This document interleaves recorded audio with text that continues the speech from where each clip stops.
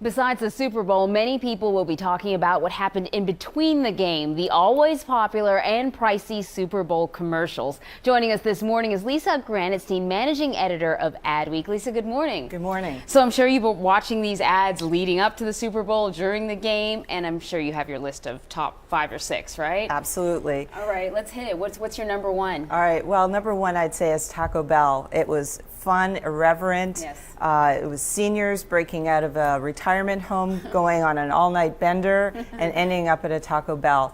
I think it's going to really resonate with young viewers, which everybody wants to get. Yeah, I watched that online and actually laughed out loud, and I wondered if there was going to be anything new once it actually hit TV, but there wasn't. It was the same ad. Right. The advertisers were doing that intentionally. They were trying to get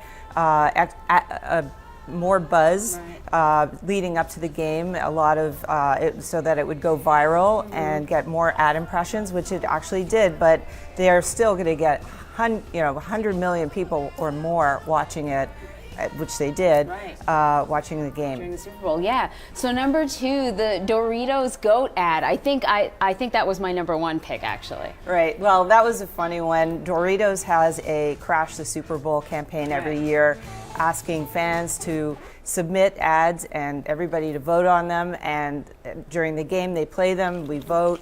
And this one for sure was going to be the one that everybody chose. It was hilarious. It was a goat-obsessed nacho cheese Doritos fan, and what happens when you take those chips away from your goat. Indeed. This Crash the Super Bowl campaign has been really successful for Doritos, and now you sort of see other companies taking a page out of their strategy. It's working. Yeah, absolutely. Lincoln also asked fans and are still asking fans to submit scripts so that they can build and generate ads based on them. Interesting.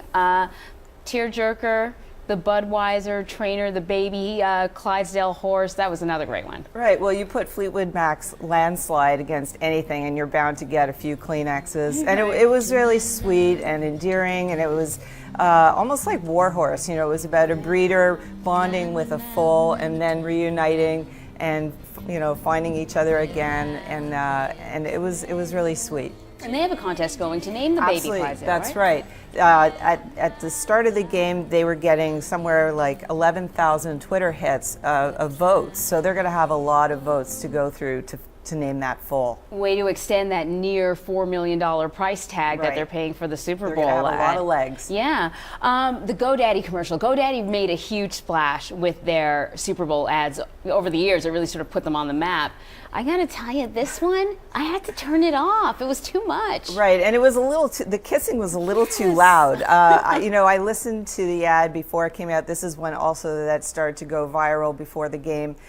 And you know, watching it was hard enough, but you know, I was eating my dinner and just listening to it was bad. So you know, the one word I would have to say for that ad was ew. Yeah, definitely. When you told me that you were eating dinner at the same time as listening to it, I really felt for you. Yeah, it was not pretty. Yeah. So our last 2 are Chrysler commercials. Both the same theme that they've been sort of hammering away at over the past few years, which is, you know, American strength and vitality, and we can sort of live through whatever it takes. So talk about the Jeep ad first. Sure. Well, Chrysler for the past few years has come up with these ads that really talk to the strength and character and resilience of Americans. Last year, of course, it was Heartland in America, Halftime in America with Clint Eastwood.